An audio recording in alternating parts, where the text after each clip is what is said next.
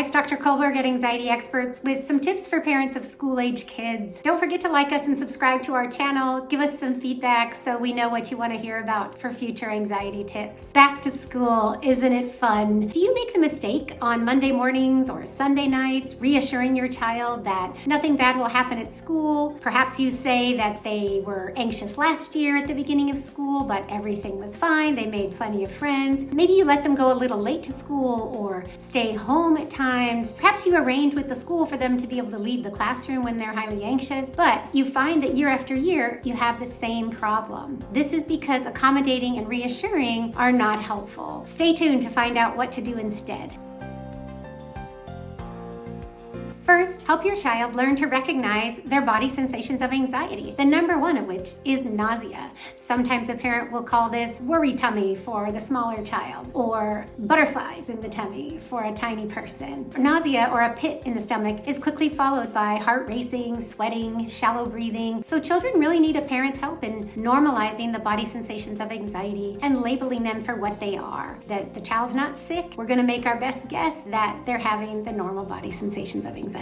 Second, help your child understand that no amount of anxiety can be harmful to them, and it will pass once they commit to accepting it, because this activates something in the brain called paradoxical intention. So telling anxiety to really bring on the body sensations, get as bad as it needs to get, that is the fastest way to helping the anxiety peak and go down as quickly as possible. So telling anxiety to get worse is actually a secret weapon against anxiety. Tell the anxiety, bring it on, hit me with your best shot. I know you can't hurt. Third, help your child identify their fears and learn to say them out loud over and over. Anxiety does not want us to accept the tiny chance that something could go wrong. Anxiety wants your child to be afraid of their own mind, which is actually ridiculous. It can't possibly be adaptive to be afraid of our own thoughts. Help your child recognize that the brain's job is to come up with catastrophic possibilities all day, every day to protect us. It's an ancient part of our brain that is there for very adaptive and helpful reasons. But we can't take the brain very seriously. We have to let the brain say whatever it wants, blah, blah, blah, and predict the worst while we go on behaving normally. Tell your child to disrespect their anxiety and say to it over and over, we accept the tiny possibility that our outfit looks weird, or that no one will talk to us today, or that we won't have a single friend this year. Maybe I'll say something dumb in class, or something I haven't even thought of may go wrong. Whatever your child's fears are, say them out loud over and over again in the days leading up to school and even the morning of school. You can even write the fears down in a few sentences and recite these over and over each day before school starts. So we really want to be accepting those fears, accepting the small chance that anything could happen. Fourth, help your child learn that any way in which they change their behavior in a given situation when they're highly anxious will determine how anxious they are in that same situation in the future. This means that if your child avoids eating before school,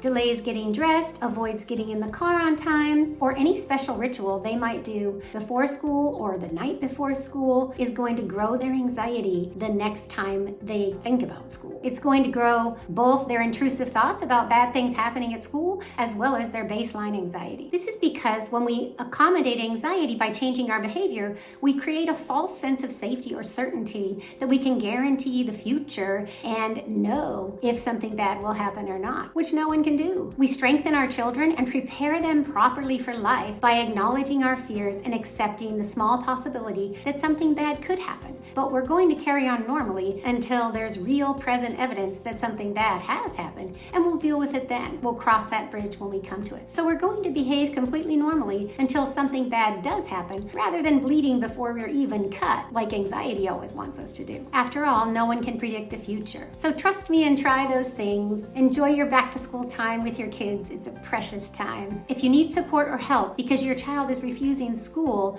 for several days in a short period, go ahead and call us at Anxiety Experts. We love to help children get back to living a normal life. Don't forget that your child can learn to master their anxiety over telehealth. Share this video with a family who may benefit, and thanks for watching.